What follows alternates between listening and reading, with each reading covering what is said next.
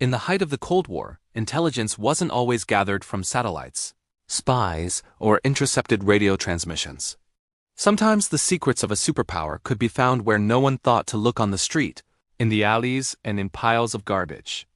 This was the principle behind one of the most unusual and ingenious intelligence operations in history, Operation Tamarisk.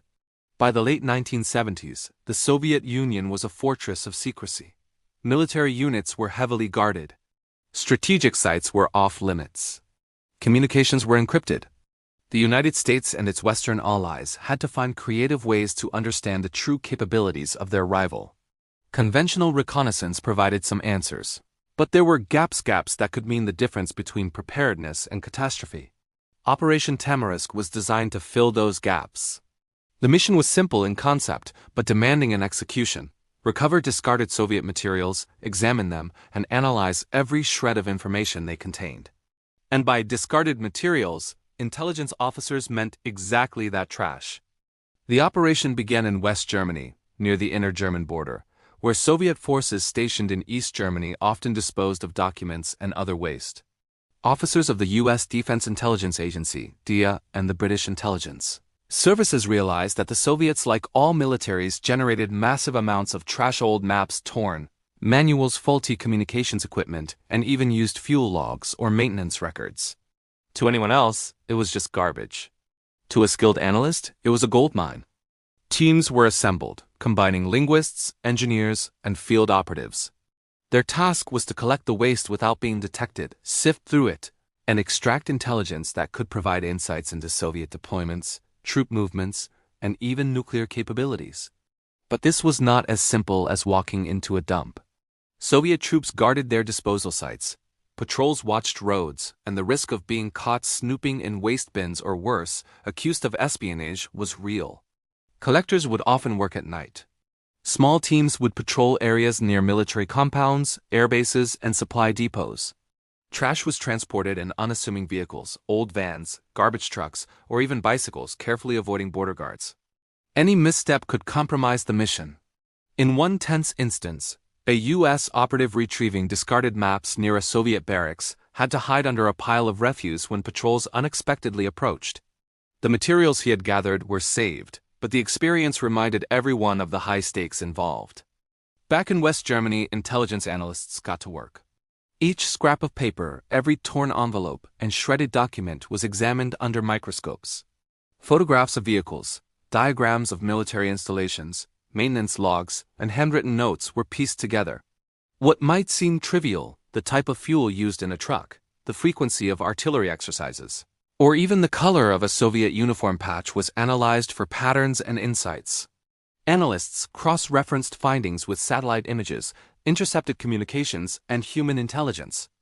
Slowly, a picture of Soviet military capability emerged from the garbage. Operation Tamarisk wasn't limited to paper alone. Discarded equipment such as faulty communications gear, radar components, or defective electronics was recovered and sent to labs for reverse engineering. From these items, Western scientists learned about Soviet technological capabilities, vulnerabilities, and production standards. Even the smallest discoveries, like a mislabeled circuit or a modified radio, could provide a strategic edge. The operation revealed critical details about Soviet readiness and intentions. For example, analysts discovered maintenance schedules for missile launch sites, troop rotation patterns, and logistical weaknesses that could be exploited in planning NATO exercises. Tamarisk also uncovered gaps in Soviet security practices, how they handled classified documents, what types of waste they considered safe to discard, and how easily information could be reconstructed from seemingly destroyed materials. One particularly remarkable incident involved a set of partially burned documents recovered near a Soviet airbase. The operatives had to act quickly before border patrols arrived.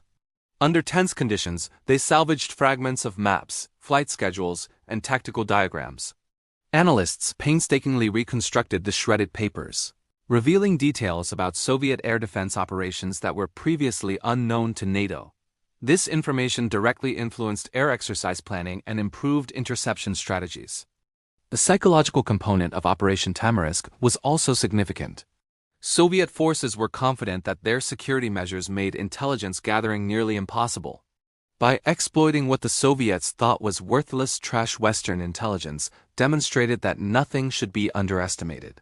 Analysts even coined the term refuse intelligence internally, highlighting the unique nature of this operation. Despite its unusual methodology, Tamarisk became a model for creative intelligence gathering. It proved that effective espionage often relies on thinking unconventionally. While satellites, spies, and code-breaking were crucial, so too was the ability to see value in what everyone else discarded. This approach became standard in subsequent intelligence programs, influencing how Western nations approached counterintelligence and field operations throughout the Cold War. The operation remained classified for decades. Many involved in the field collection never spoke of it publicly, knowing that exposure could have led to prosecution or diplomatic crises. Only after the Cold War ended did historians and journalists reveal the full scope of Tamarisk. It became a case study in ingenuity, patience, and the art of extracting actionable intelligence from unexpected sources. The legacy of Operation Tamarisk extended beyond the Cold War. It shaped modern intelligence tradecraft, emphasizing the importance of peripheral data and unconventional sources. Analysts today study Tamarisk as an example of how creativity can complement technology and human resources, showing that even in a high-tech world, insight can come from the most unlikely places. The operation also demonstrated the human element of intelligence. Collectors risked arrest, analysts worked tirelessly reconstructing fragments, and operatives had to improvise under pressure. Every success relied on coordination, precision, and trust between field teams and analysts. The operation illustrated that even something as mundane as trash could become a tool of national security in the hands of disciplined professionals. Operation Tamarisk changed the way the West understood Soviet military capabilities. It allowed NATO to anticipate movements, prepare defenses, and gain confidence in strategic planning.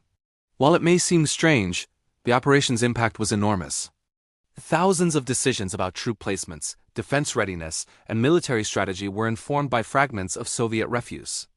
In essence, the war of intelligence was won, in part, by examining what others discarded. By the early 1980s, as the Cold War evolved and surveillance technology advanced, the methods of Tamarisk were adapted, refined, and expanded.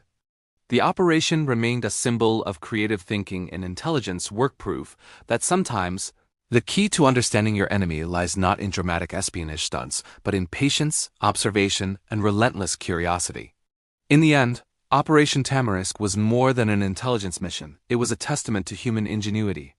The Soviets believed their secrets were safe, that their trash was worthless. They were wrong. The operation showed that even the smallest, most overlooked details could have strategic consequences, and that intelligence is as much about imagination as it is about technology. And so, from piles of discarded papers, broken equipment, and forgotten documents, Western intelligence pieced together a vision of a superpower. The secrets hidden in trash helped shape policy, strategy, and military readiness for decades, proving that even the waste of a nation can be a window into its soul.